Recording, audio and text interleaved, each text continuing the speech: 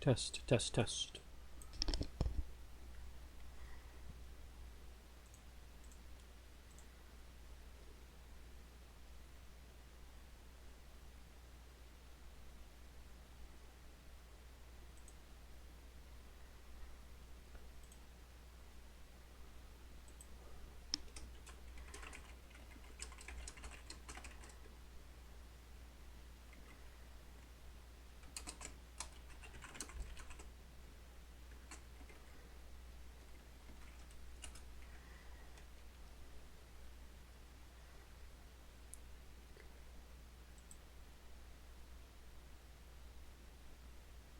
Post. Close. Okay. So am I live? Is it working? Let me see. All right. Let me. How do I tell if anybody is here? This is a new platform for me. Did it email everybody?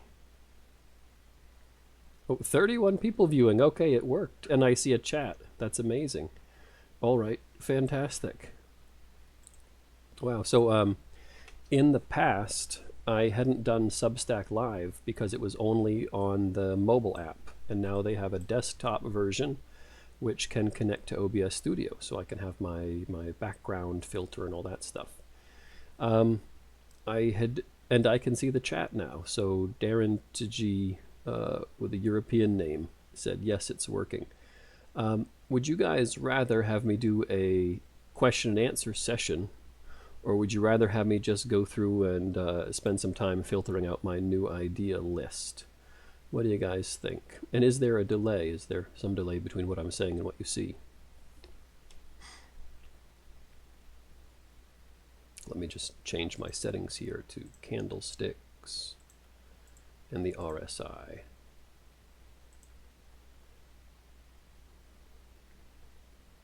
Both. So Grimsey wants both. All right. Well, why don't I just go through some ideas, and also if you guys have Q&A, I can see the chat. Is the volume good? Because on my recordings, sometimes the volume is bad. ALTG. All right. So that is a terrible chart, and I had pointed it out on my technicals video that if it was going to bounce, it would have bounced here. And it didn't bounce, it broke down. They should be an enormous beneficiary of rate cuts. At the moment, I think under these current market conditions, they are a slightly melting ice cube. And my position on that is the economy is, despite the media, the economy is very strong, and corporate capex just picked up. I think it's taken some time for the tariff uncertainty to wear off. Although you could get another big spike of uncertainty with the Supreme Court ruling on tariffs. But with interest rates being cut and with Trump doing a 100% depreciation on equipment, I think business for Alta equipment should boom. Now, I was early, and the company is super undervalued. But I think Alta Equipment Group is still a very good company. I really like their monopoly framework for exclusive parts and service. So it's still a company I like. The chart is terrible. When I called it out as a potential place to bounce, it did not bounce. It broke down. Of course, that was the October-November small cap drawdown. I think it's, this is a cheap price for this company. It's a good company below the 200-day moving average. It does have debt, but that means it'll be a huge rate cut beneficiary. Volume is elite. Okay, so I might do my live streaming on Substack directly instead of YouTube if the volume is good here. When you were teaching, what textbooks or resources did you have your students get to teach them how to analyze companies, etc.? I think for many of us, this isn't our field, but I still find it interesting. I typically tried to rely on free resources because the students, they get nickel and dimed for expensive textbooks in most of their classes. So I was just having them use Yahoo Finance or whatever was free. And also a lot of the, I would use that. There's a very famous video of Roaring Kitty analyzing GameStop, and he goes into very granular detail. looking at reviews, even going through the YouTube comments of certain reviewers. And I did assign that to the class. I don't know if I can find it on short notice, but Roaring Kitty's was over an hour long analysis of GameStop, kind of the first major one where he goes into all the nitty gritty detail. I had the students watch that to see just kind of how autistic you had to be when you're digging into a company. Let's see, VG and LNG outlook. I don't know if I've ever written up VG, Venture Global. I think, did this company have debt concerns? I haven't done a write-up on Venture Global. I'm not up to speed on what their story is. Let's see, what is going on with Venture Global? It's not that cheap by some metrics. It's huge market cap. Oh, it's a midstream. Not a huge dividend for a midstream. Yeah, so I'm sorry, Isaac, but I haven't written up VG, so there's not really much I can say about it. As far as LNG goes, so we're getting the polar vortex. It's a cold winter. Plus LNG export terminals are coming online. Plus now we have artificial intelligence demand, it's still early days. I mean, the electricity demand is ramping up, but the artificial intelligence natural gas demand is still early days. I don't have the right infographic for it, but we had 3 back-to-back warm winters. And I think the warm winters, because I've been following Vermilion Energy this whole time, and they make natural gas in Europe. And I was always asking, like, well, okay, can you have 2 warm winters in a row? Can you have 3 warm winters in a row? And the answer is yes, you could. There was a volcano called the Hunga Tonga volcano, and it was an underwater volcano eruption. If it had been an above ground volcanic eruption, we would have had this massive volcanic winter, because it was one of the larger volcanic eruptions in human history, in recorded history. But an underwater volcano sends out a lot of water vapor in the upper atmosphere, and that actually warms the planet up. And the scientists are saying that effect can last at the most 8 years, and it's already been 3 years into it.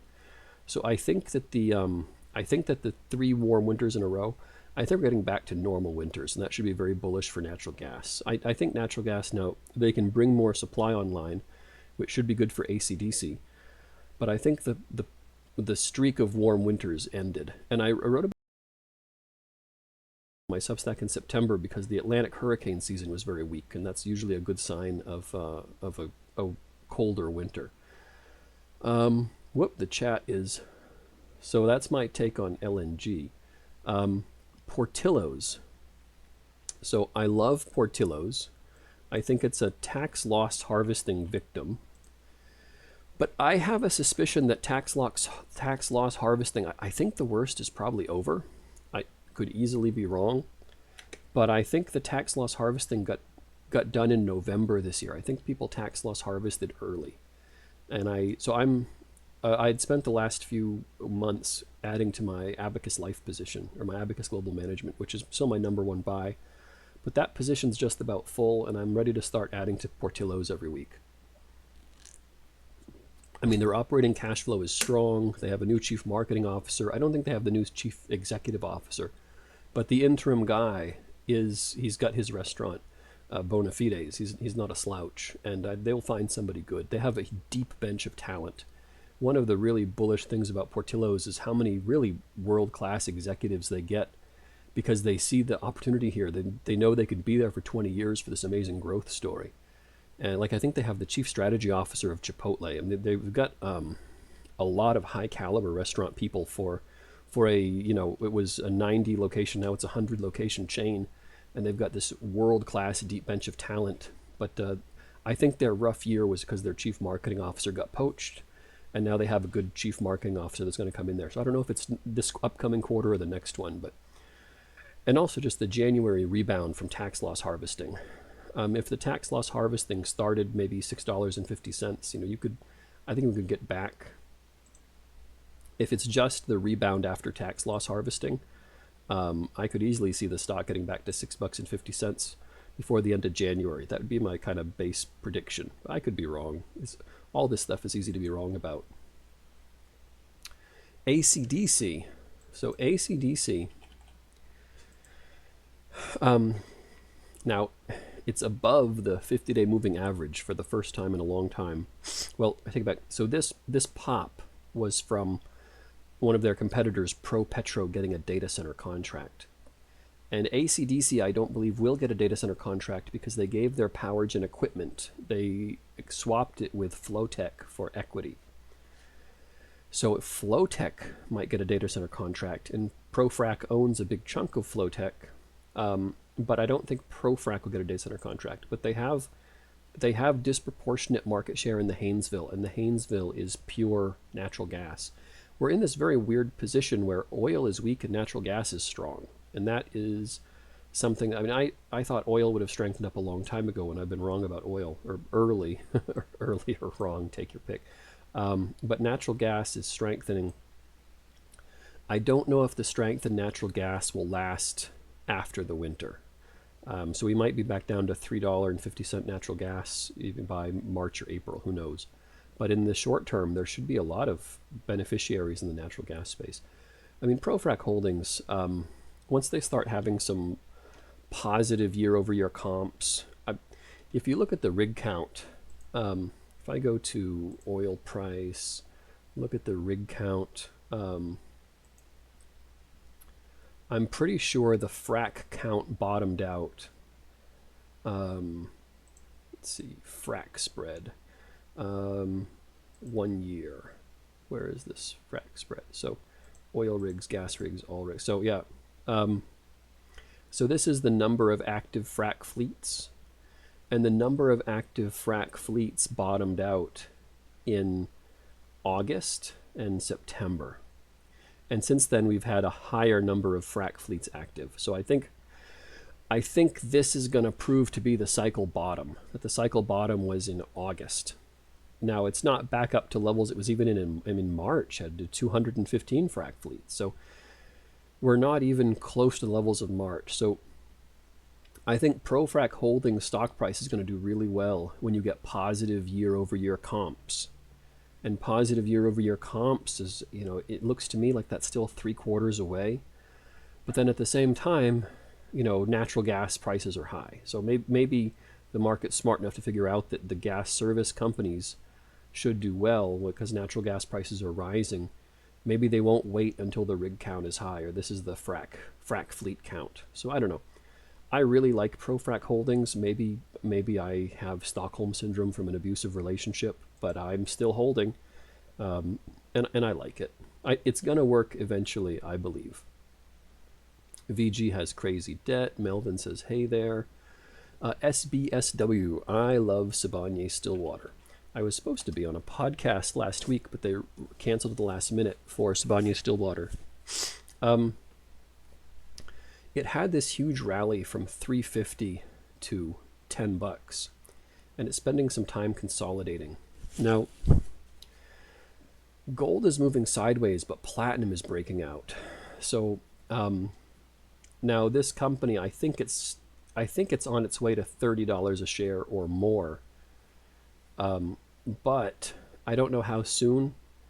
I thought that there would be more of a pullback. I thought I'd have more of a chance to buy. And just from anchoring bias, it doesn't feel good to buy here. But really, I guess for Sibanye-Stillwater, you just have to look at what is the commodity prices. Where's my commodity? There we go. And platinum is going crazy. Can I go 5 years on platinum? Yeah, so 10 years. Does 10 years require a paid membership? Okay, it's only giving me 5 years, but yeah. I mean, platinum prices are going absolutely nuts.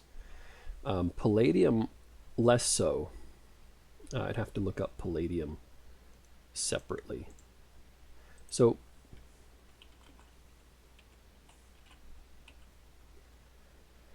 now there's three main, so palladium, for the longest time, palladium was $2,000 an ounce and platinum was $1,000 an ounce. And that's now starting to reverse, that platinum's price is higher than palladium. A lot of historical relationships are breaking down, and I find that very interesting. Now, Sibanye-Stillwater has a mine in Montana the Stillwater mine, which is mostly palladium. And palladium is much more commonly a byproduct of nickel mining. So as the electric vehicles and all the batteries need more nickel, you'll get more palladium, and that'll hurt the palladium price. But the huge volume in nickel has been coming out of Indonesia, and just the characteristics of that one deposit in Indonesia, it doesn't have a lot of palladium. So the first glance take would be nickel production is suppressing palladium prices, but then if you dig into it, that's not the case, because the nickel production increase is not coming with extra palladium. So I don't think we've hit the industrial boom prices yet. I think one of the things that's happening to platinum, if you look at the demand for jewelry, the Indian consumer is one of the largest owners of gold. There's this cultural value in India that the gold a woman wears on her wedding day is not marital property. That's hers. And there's a whole banking system that allows her to use that gold jewelry as collateral for business loans and things like that. It's a huge, important part of Indian culture. The men now in India want something just for them. So at these really ridiculous, posh Indian weddings, it's becoming more common for the men to wear platinum. And that's enough. The platinum market is so small that Indian grooms wearing platinum jewelry can cause this to just explode. I mean, for most of history, platinum is more than twice the price of gold. And gold is $4,000 an ounce. So, $4,000 platinum, $5,000 platinum, that's totally on the table because the market is so small. The volumes that are produced are so small. I did a spreadsheet where I was looking at what would the stock price of Sibanye-Stillwater be at different metals prices. And let me see if I can just pull that up quickly, because if I put $5,000 platinum into that, it would be absurd. I mean, it's just a ridiculous share price. Let me see if I can find this in a short order of time so that you guys are not bored out of your mind. But I had put, let's see, gold 4,000 an ounce, platinum 2,000, palladium 2,000, rhodium 15,000, lithium 20,000 a ton. So what happens to the share price if I put $5,000 platinum in there? So if I get $5,000 an ounce platinum, I've got a market cap of, let's see. So that would give me free cash flow for the company of $6 billion annually. So what would the market cap of a company be if their free cash flow is $6 billion annually at $5,000 platinum? I mean, it's just outrageous. What did I put as their market cap potential here? I put 3 times the revenue, 3 times price, no, 3 times EBITDA. So this is, I'll put 3 times EBITDA. But what what free cash flow multiple? So at $2,000 platinum, I've got $3 billion of free cash flow, and at $5,000 platinum, I've got like $6 billion of free cash flow. So, and the market cap of Sibanye-Stillwater now is $8 billion, $8.7 billion. So anyway, it's a huge opportunity in Sibanye-Stillwater, but it's dependent on the metal prices, and I don't have a strong opinion on where the metal prices are going. I think that in an industrial boom, platinum is very likely to get squeezed. And let's see. That's so what stock price would that be? I mean, it's a triple to get to a 24 billion market cap. And at $5,000 platinum, I mean, this would be an $80 stock. It still has a lot of room. It's not cheap at $3 anymore, but it doesn't have room to 10x. It has room to 3 or 5x. But it's still, I love Sibanye-Stillwater. In fact, I think my first write-up was called "I Love Sibanye-Stillwater and Thus I Hate Myself." I had modified a poem, and it's a pretty funny one. But let's see. Looking for a good re-entry to Sibanye-Stillwater. Sold off at 350 when it hit 11. Want more exposure to copper, zinc. So A Stack, my favorite copper company is Taseko Mines, TGB. That is my one copper holding. And I was adding a lot at this $3.50 range.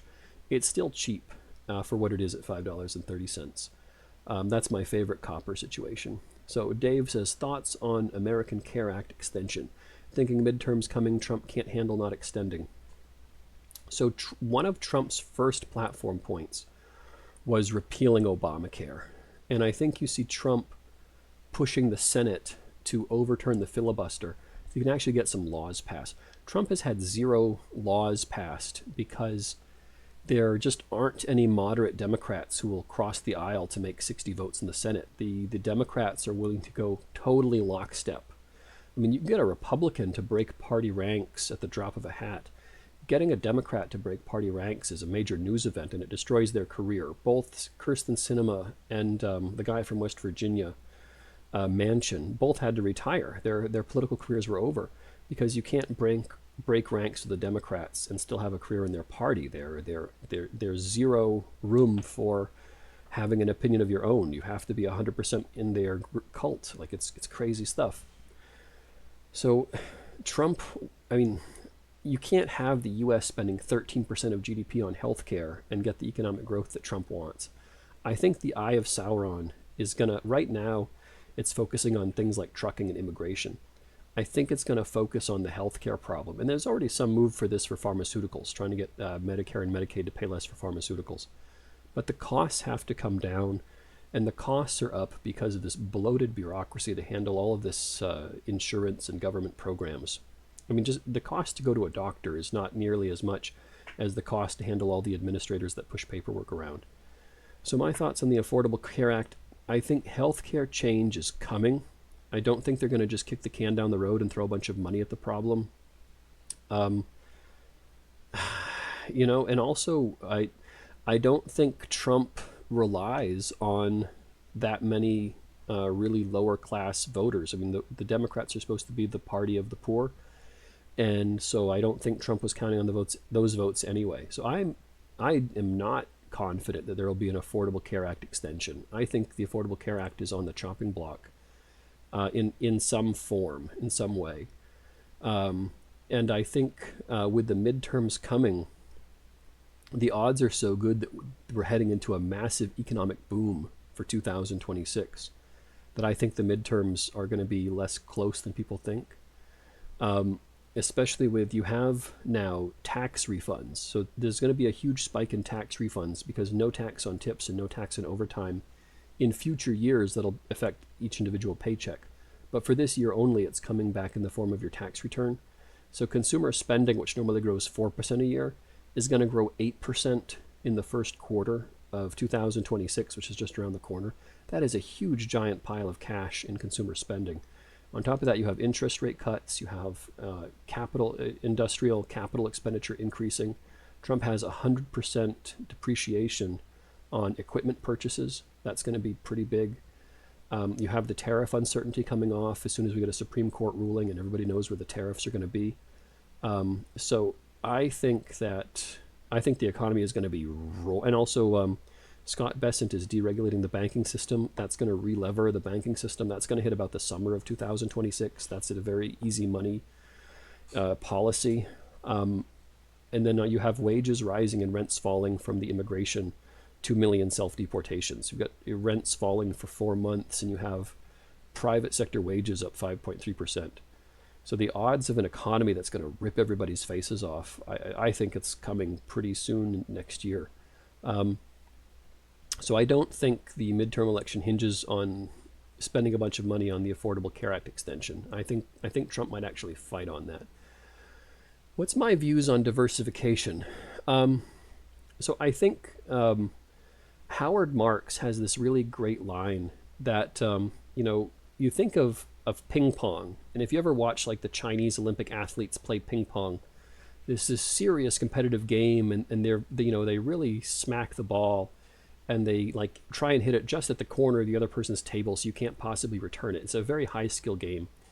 But if you watch like 10-year-olds play ping pong, somebody's going to make a mistake. So for a 10-year-old to play ping pong, the way you win is if you just get the ball over the net. It's all you have to do is you get the ball over the net, and eventually you win.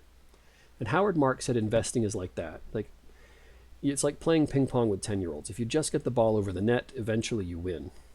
And so any attempts to try and like beat the market and be clever and spike the ball and have some sort of skill, says all of that is foolishness. All of that is folly.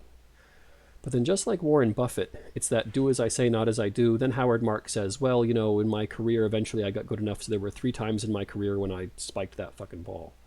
And so the first level advice is be diversified, just do an index fund. But then, and the second level of advice is, okay, but if you've been doing it enough years and now you really do know the difference and you are really good at it, there are genuine opportunities where you could spike the ball, be undiversified, and go nuts and have outrageous returns.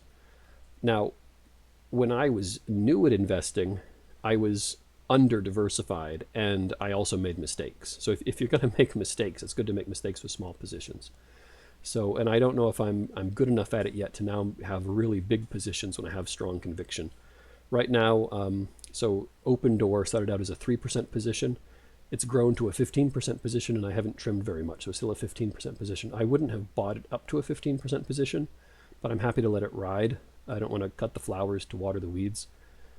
Abacus Life, I am buying up to a 10% position, and maybe if I was smarter and more confident, I'd buy it up to a 25% position because I'm pretty confident about it. Hey, I'm not able to participate now. Hope it will be available later. Thank you for your work. Can you please give us an update on OEC, so Orion Engineered Carbons? Orion Engineered Carbon shows, this is another one where it looks like the worst of the tax loss harvesting was, in this November drawdown. It's rebounded from the lows, but there are 0 positive signs here. And so this is a pretty sad looking chart. Now, I don't have that many doubts that within a few years it will return to a $20 stock. But it certainly isn't showing any signs, any positive momentum. It might have to consolidate for 3 or 6 more months, right? It might spend 3 or 6 more months hovering in between $4 and $6 a share before it finally starts doing some bouncing back. So I like the company, I like the management, I like how the management engages in insider buying. The danger here is people say India is building out enormous carbon black capacity. They're going to flood the European market. But the Europeans are really good at tariffs, and they're very good at protectionism. The other argument is that the European tire makers, Continental and Michelin, are strong enough to strong-arm the government to do protectionism against tires, but not protectionism against carbon black. So that's kind of the real, you have to know a lot about European market power and politics for that to be your thesis. But that seems to be the dominant thesis, that Michelin and Continental are strong enough to have protectionism for tires, but not protectionism for carbon black. I don't know if I buy that. That's a little too specific as far as a thesis goes. I think the longer run is, so for specialty chemicals, a big chunk of their business is the super refined stuff that goes into semiconductors. And I don't know how long it will take for the Indians to catch up with that. And the other thing is Europe loves protectionism. So I don't know. I like Orion Engineered Carbons, OEC. I think it's going to be a $20 stock again within a couple of years. It's just this chart looks so ugly. So I don't know when it's going to work. Would I consider selling $4 puts here on Portillo? Do I think they are a private equity target potential? So I have indeed sold $4 puts here on Portillo. I actually sold $6 puts, and now I've sold $4 puts. I think I've sold some $5 puts also. So, I mean, I've sold a lot of puts on Portillo because I don't own enough and I don't mind owning more. The current owners of Portillo do not want it taken private, but they also don't own as much as they once did. So, I mean, Portillo's was sold to private equity. Dick Portillo didn't sell to the highest bidder. He sold to the private equity firm who promised to maintain the culture of everyday value and not to jack up prices too high. But that private equity firm doesn't own as much as they used to. Now, the management team is aligned with the vision, and I think the management team is aware that the only reason they have those volumes is because of everyday value. So I don't think, I've listened to a lot of earnings calls. Everyday value is in their DNA. So I don't think, the thing about a private equity firm is they would want to, buy it and change things. And I don't think this management team would allow them to change the everyday value. I mean, could it go private? It's so outrageously cheap. So companies stay public because they want to use the public markets. Like Profrac Holdings, ACDC, has this huge anchoring shareholder from the founding family. But they want to stay public because that facilitates the spinoff of Alpine Silica. It facilitates future acquisitions. Being public allows you to do stuff. I don't think Portillo's needs to do anything. So it is true they don't have a strong reason to stay public, except that you know, maybe the management team just isn't that creative. I just don't. I don't think there's a huge risk of Portillo's going private. I think there's a bigger risk of Dine Brands. I've written about two restaurants, Portillo's and Dine Brands, and if Dine Brands got taken out at the same multiple as, and I think it's on its way just organically to go back to being $100 stock. So I really like Dine Brands. Let's see. What are your views on recent Supercom SPCB contracts? I remember you did an interview with the CEO. I haven't kept up to date with SPCB earnings calls and contracts, so I've fallen out of touch with that company, and I might need to get reacquainted with it. Implications of run-up in silver price. So I've been focusing on platinum and silver have a very similar situation where they're both industrial metals, they're both byproducts of other mining, they're both very, very small markets. So they were so similar. I said, I have platinum, I don't need silver. So I'm just not into silver at all. I think that platinum could very easily do what silver is doing. And if you look at, so the last time there was a big gold cycle, silver is always called the poor man's gold, because you could buy 1 ounce of gold or you could buy 20, 30, 40 ounces of silver. But people are wealthier now. The GDP per capita of the US is high enough that if somebody is looking for the poor man's gold, why not buy a $1,600 ounce of platinum instead of having to wheel out, how many ounces, even at $50 an ounce, that is a lot of silver to carry out the store. So I think the US is so wealthy that in this bull market, the poor man's gold might flip from being silver to being platinum. Like at one time, copper and nickel were monetary metals, right? You had copper pennies, you had Cooper nickel nickels, but they become so cheap now, nobody wants to lug around enough wealth to purchase something in copper and nickel. So as we become wealthier, those metals have been demonetized. And even though silver has this very long history as a monetary metal, I think the United States is so wealthy that you might see silver kind of being somewhat demonetized, and the poor man's gold can switch to platinum. So for me, I'm not into silver because I'm into platinum. Let's see, late to the stream, maybe you covered thoughts on New Fortress Energy. Looks like Survival is in the books. Survival is more likely than it was a week ago because they just got that contract finally ratified with Puerto Rico. But they're still going through debt restructuring, and debt restructuring has the capability of wiping out a lot of shareholder value.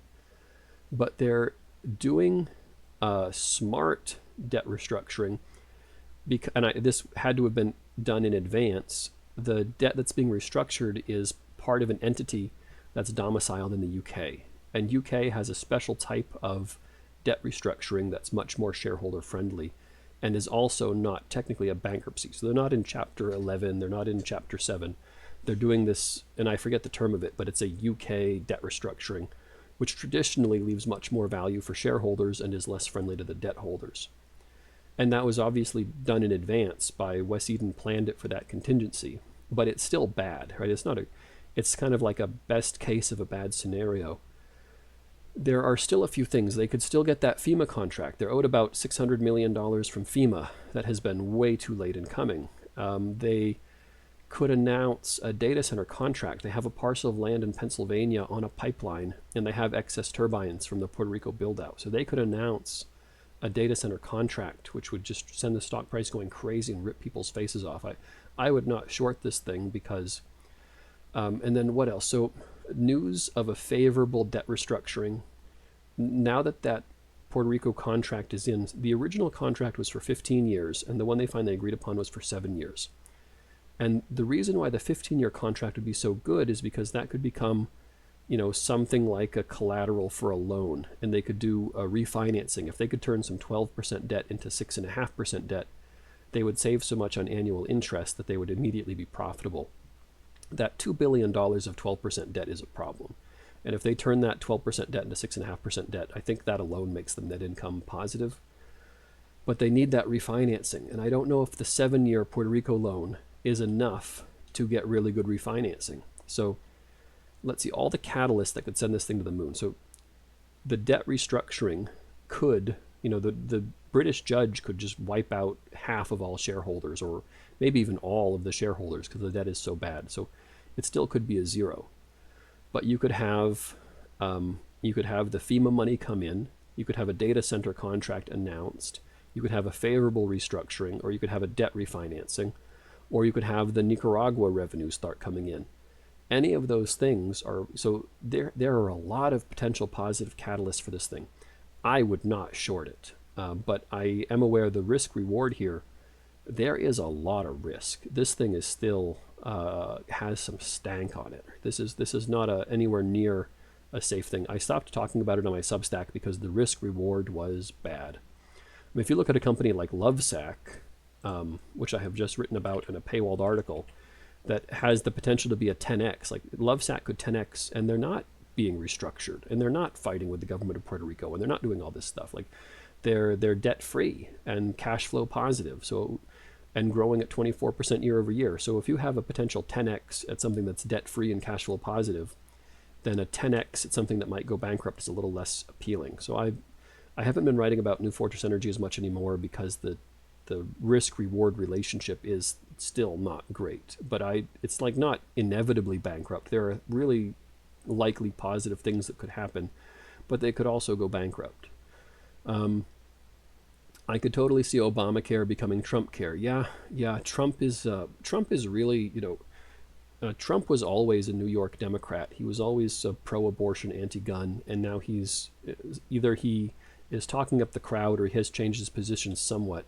But I see Trump much more as an FDR type Democrat than a conservative person. And it's like he really likes to put his name on things. He likes to do things that the audience in the Coliseum likes to watch. He's a really interesting character. But yeah, I could see Obamacare being reformed, being, having some certain aspects taken out for lowering costs, being called Trump care. Yeah, that's Dave, that is a very fair prediction. I would not, let's see. Dave, just to change the name. You mentioned Lula likely winning in Brazil again. I maybe sell off a big portion of my Vale and PBR, other Brazil stocks to avoid. Well, so Lula's the president now, and it hasn't been that bad for PBR. I think, so the sell-off, let me go to EWZ. So the initial reaction for the sell-off in Brazil was probably overdone. Since that happened, I've seen some other takes on the Brazilian election come out saying like, well, politically it's not so bad. It really doesn't guarantee a Lula victory. And this was Bolsonaro nominating his son to take over the party. And his son is perceived to be a weak candidate. Now, Lula is really old. He might not be able to run. He might pull a Joe Biden, get to the debate, and be really unable to string a sentence together. In which case, Lula doesn't have... There's not really a clear number two in his party that could take over. It's kind of like there's a huge drop-off underneath Lula for people with any name recognition that could possibly take over. And also, even if his party does win, a couple years ago, everybody was thinking, oh, Lula's going to cut the Petrobras dividend. And he didn't. So I think South America has this new breed of communist, where the old communists actually went after companies to try and raise money. And the new breed of communists is happening in Colombia as well under this current communist president. They realize that they don't want to kill the goose that gives the golden eggs. They want those companies generating income. Otherwise, you have all these unemployed people to take care of, and that doesn't help your system at all. So this new breed of communist tries to raise money by increasing taxes on poor people, which is not a very popular form of communism, but it's like communism without targeting business. Well, if communism isn't targeting business, then even if Lula did win, the problem would be inflation. And inflation doesn't really matter for Petrobras because they sell a commodity in the global market. And inflation doesn't really matter for Vale because they sell a commodity in the global market. So I don't think I don't think it's clear that Lula's going to win. And if he does win, I don't think it's clear that it's bad for Vale and Petrobras. Um, so I think it's much more of a no-brainer that Colombia is going to go conservative. Brazil is less clear-cut how the future is going to go. But I'm not bearish on Brazil at all. They've already got Lula, and aside from the inflation, he hasn't destroyed the whole thing yet, right? Because this new breed of communist just doesn't destroy businesses like the old ones did. I appreciate the stream, Dr. Degen. Can you elucidate some of the risks around Abacus Life? How can Abacus Life continue to sell policies to private credit, etc., at such a high markups? Oh, dysfemist. So, first, these markups, their markups, 20% markup to private credit, that's not even that big. That's not a huge markup. So I've heard that Coventry tried to sell themselves several years ago, and they used Macquarie to shop themselves around. So if you can find it, there's an old Macquarie pitch deck about Coventry, and they were bragging about 40% markups. Now the short report says Abacus pays too much. Well, maybe it's that their competitors pay too little, because if you can do a 40% markup, but the valuation of these policies when they're sold to the third-party private credit funds is done by third-party auditors. That part is all very sound, right? The only thing that has wiggle room is what's offered to the life insurance holders. So if Abacus is profitable paying 7 times when Coventry pays 5.5 times, more power to them. It's, the risks. So one of the risk is rising interest rates. So if you have rising interest rates, then the policies that you paid for, when you go to sell them, you don't sell them first because it is like a fixed income contract. So Abacus Life will get hurt in a period of rising interest rates. But because they don't keep the inventory on their books, the big threat to life settlements is what if people lived longer? Well, if people lived longer, then the private credit firms that bought those life insurance policies, their rate of return goes down because they have to pay premiums longer and they get their payout later. But that's not on Abacus Life's balance sheet anymore. The big risk to Abacus Life is people stop selling life insurance policies. And I think, the market is so underpenetrated and so many policies lapse every year. I think they're very far away from that risk. I just have a hard time seeing the bear case in Abacus Life. There's just so, if the short report, if that was the best that they could criticize about it, then the company is really strong. Maybe the criticism is, there's fears that they don't digest their acquisitions well, but all of the evidence for the last 2 quarters about their acquisitions they've digested, every single segment is growing. So I don't see a solid bear case on Abacus Life. What are my prime candidates for interest rate cut beneficiaries? Whirlpool, Sleep Number, Purple, Lovesac. Yeah, there are a lot of interest rate cut beneficiaries. I just wrote about that at the start of the Lovesac article. So rocket companies will benefit from refinancing.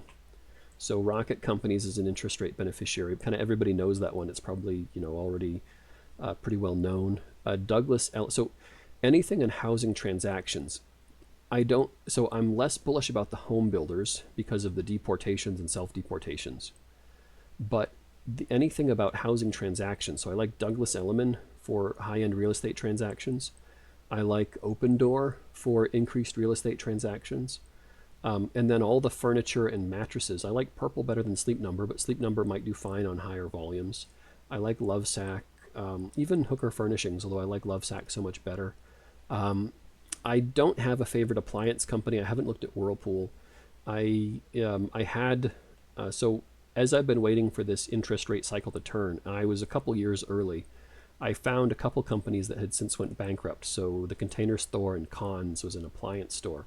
Both of those have gone bankrupt. But for the, Aaron's was another one I found early, and that got taken private when it would have been a 5X. It got taken private for like a 20% premium. So I've been on this interest rate cutting theme. I've been very early on it, which is wrong for a couple of years. But now, what else? So legacy housing is a good interest rate beneficiary.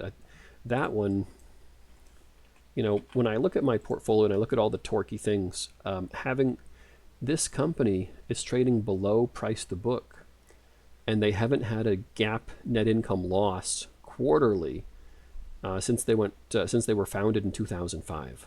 So imagine, not that the annual they didn't have a net income loss, but they haven't had a money losing quarter since they were founded in 2005. For 20 years, they have had 80 sequential GAAP net income positive quarters for 20 years, and they're trading below 1 times price to book. Like that's insane. So they're a clear interest rate beneficiary. There's a bunch of interest. I mean, the economy is going to heat up. Everything is going to be an interest rate beneficiary. I'm kind of starting to worry about, well, which order are things going to move in first? Is it first there's the refinancing and the home equity loans, and then comes the building supply from people building new decks and swimming pools, and then once that money circulates in the economy, then it's the restaurants and consumer discretionary. I'm kind of thinking about which one is going to benefit in what order, so I can hopefully rotate some money and catch some more swings up, because I think almost everything's going to benefit. It's kind of like, in which order is it going to benefit?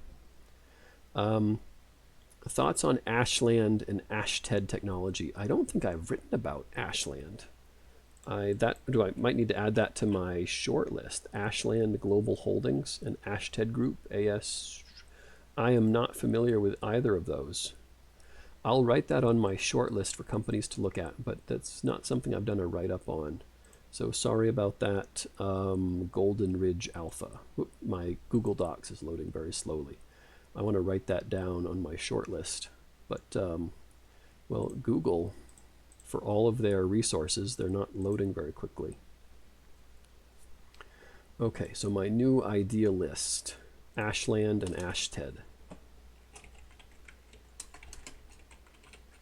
I don't know what those are, but I will look into them at some point. What's my outlook on Finance of America? I like Finance of America. So when I wrote about them, first, when they were here about $5 a share. It was 50 cents, then they did a reverse split. And my take on it then was, if you look at they have this very unique structure where, so it's the market leader in reverse mortgages. To get money to pay these people their money for reverse mortgages, they take the home equity and they sell it as a mortgage-backed security. And so the reverse mortgages are floating rate, and the mortgage-backed securities are 5-year fixed. So they had a very unique response to the inverted yield curve. There was a 2-year period where they were earning 7.4%, and they were paying 3.1%. So they were making an over 4% spread on $7 billion for 2 years, and nobody knew about it. Now that money is coming in slowly, and quarter after quarter, they're getting close to the point where the bulk of that money has already been received. They paid down $80 million of debt. They bought back 8 million shares of stock from the private equity holder. They just did an acquisition. So a big chunk of that money has been spent. But now their operations, now the company is much more capable of being valued operationally for their operating income. So I still think that it is, I still think it's undervalued. I think my upside target in the medium term is something closer to $50. It's not going to go to $200 a share quickly. I think it could probably go to $50 a share relatively quickly. But it needs to show this steady operating income and have kind of a, if they locked in a sustained operating income and a sustained share buyback policy, like if they were just dripping, I don't know, $10 or $15 million into a share buyback program every quarter, I think you'd see a pretty big multiple re-rating. I don't know that for a fact they're going to do that, but they're operationally net income positive now, and that is very important. Have I had the time to look into MTM on the ASX yet? Company who extracts all kinds of rare and critical metals from waste and ore using JFH. I have not looked at MTM. That's mtm.asx. MTM on the ASX. No, I have not looked at MTM ASX, and I'm not even getting a ticker on for it. NNBR Super Degen Play. NNBR Super NN Inc. I don't know what they do. Industrial machinery. That chart is very attractive to me. Wow, look at that falling knife, and it's coming out of the oversold territory. The MACD is turning up. $61 million market cap. Okay, that goes on the new idea list. NNBR Industrial Machinery, because I don't know what kind of machinery they make, but with interest rate cuts and 100% depreciation, they could easily, have a very good time in front of them. Thoughts on AUDC? I don't think I've ever written about AUDC. What is AUDC? Audio codes. I have not looked at them. I will put that on the idea list. Let's see. Just joined. Did I talk about Portillo? Yes. Yes, I did talk about Portillo. I'm selling puts. I think they're going to be a big January beneficiary when tax loss harvesting turns into people rebuying their down position. I think they're going to have a big January rally. I don't know if it's 1 quarter or 2 quarters away, but the new chief marketing officer should drive some positive same restaurant sales. Do I have any thoughts about the energy midstream sector? If so, any favorite names? I don't have a favorite midstream company. My favorite, but midstream is limited partnerships for income. And I haven't found a limited partnership for income I like better than Blackstone Minerals, although it was just at like $11 a share, and now it's at $14 a share. It had this massive rally. The story of Blackstone Minerals is, so this is a mineral rights royalty as opposed to midstream. But what's so amazing about it is Royal Dutch Shell were so tired of the Dutch being ESG environmental nonsense that they dropped Royal Dutch from the name. They became just Shell. They moved their headquarters from the Netherlands to London and relisted on the London Exchange. And they sold all U.S. assets. And one of the U.S. assets, and they did this at the bottom of the market in COVID. So one of the assets they sold at the bottom of the market during COVID was this enormous land mineral rights parcel in East Texas. I mean, we're talking like half of Texas. Blackstone Minerals has this enormous, just absurdly large amount of mineral rights, almost like Texas-specific land. Let me pull up their map. If you give me a moment, and you guys can bear with me, I want to pull up the map of just how much mineral rights they own and just how absurd it is.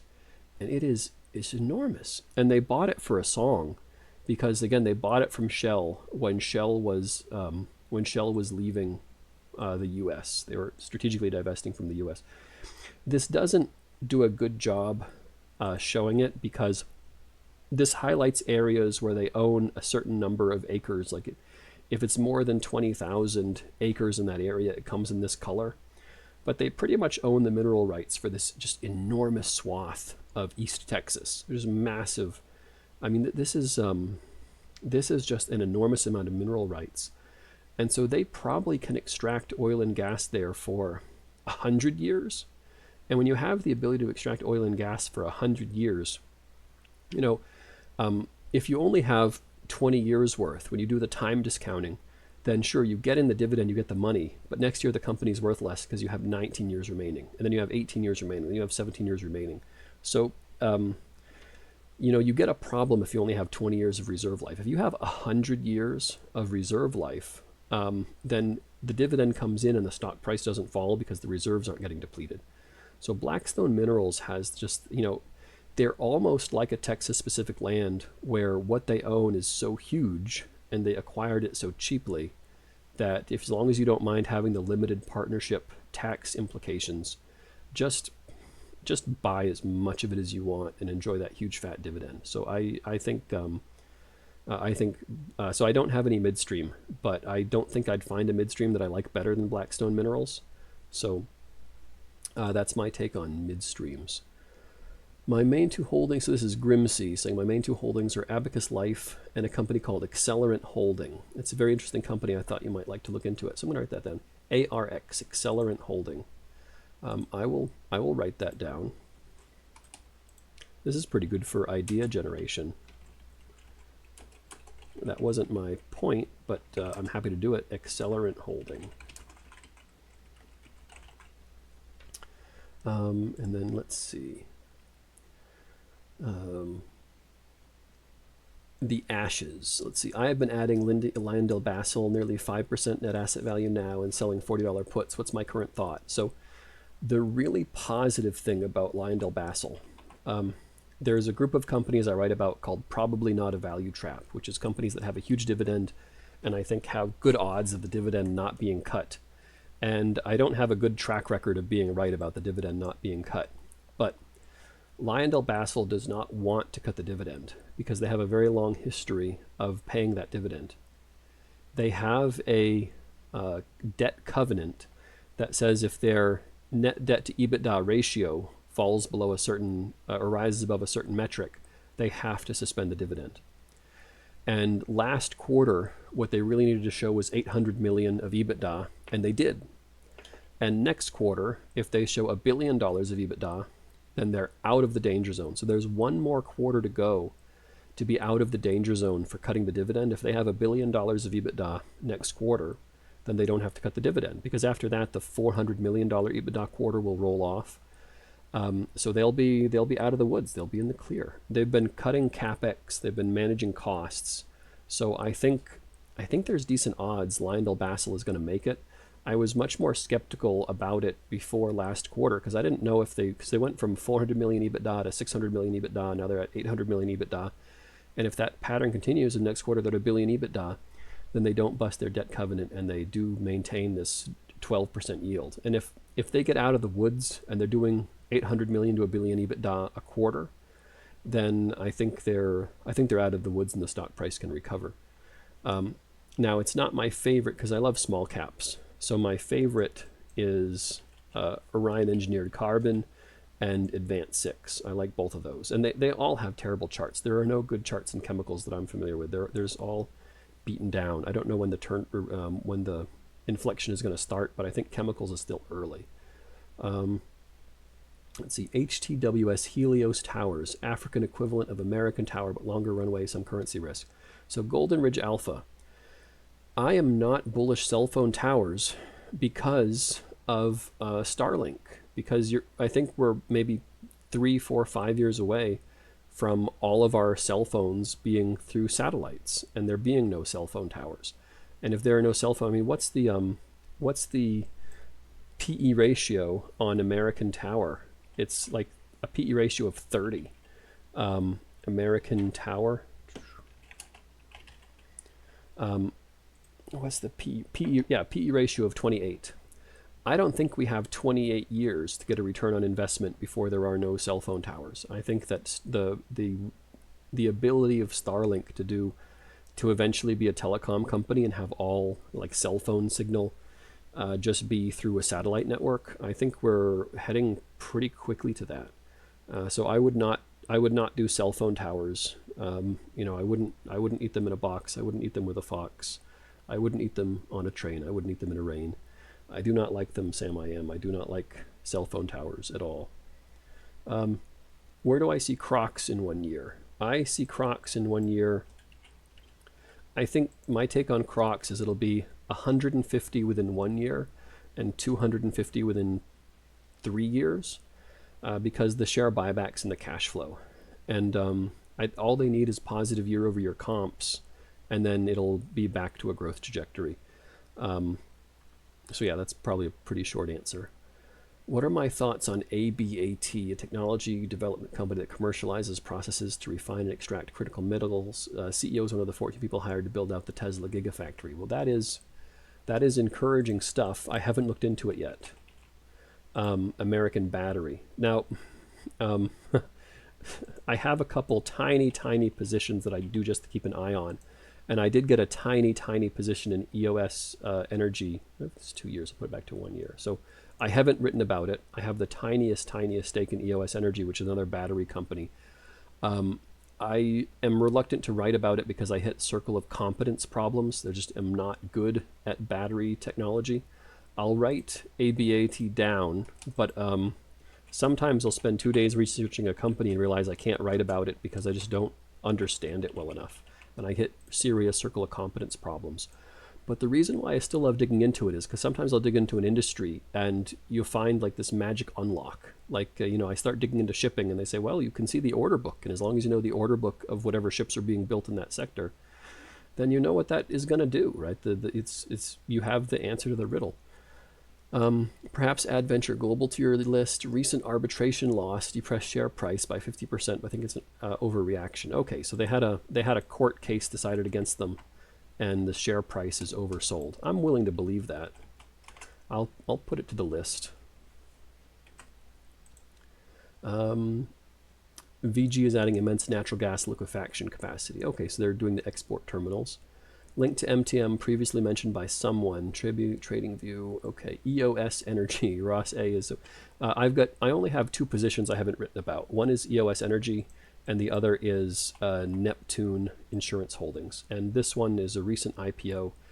They're doing flood insurance, and it's an AI native company. The loss ratio for flood insurance for their private competitors is about 60%, and their loss ratio is 24%. So using AI to calculate flood risk for individual homes as opposed to using the flood maps is a huge improvement, a huge innovation.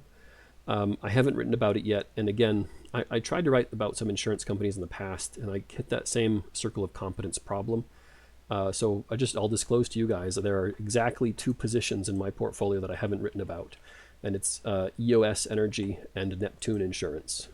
And I don't know if I will write about them because I still hit these circle of competence problems. But I'll tell you guys that I have a couple very, very small degenerate punts out there. Let me see. What is the symbol of ASX MTM? Metallium Limited. Metallium Limited. Metallium. Is there? It's not 2 L's. Maybe Metallium. There's no Metallium Limited. It must be super microcap. What is this market cap? Founded in 2020, IPO'd 2021. What is their market cap? Yeah, I mean, it just might be too small to show up by whatever the Australian version of Pink Sheets is. Yeah, I'm not seeing a ticker symbol that I can find. MTM, ASX. What is there? Yeah, I'm just not having it show up on whatever systems I use. So sorry about that.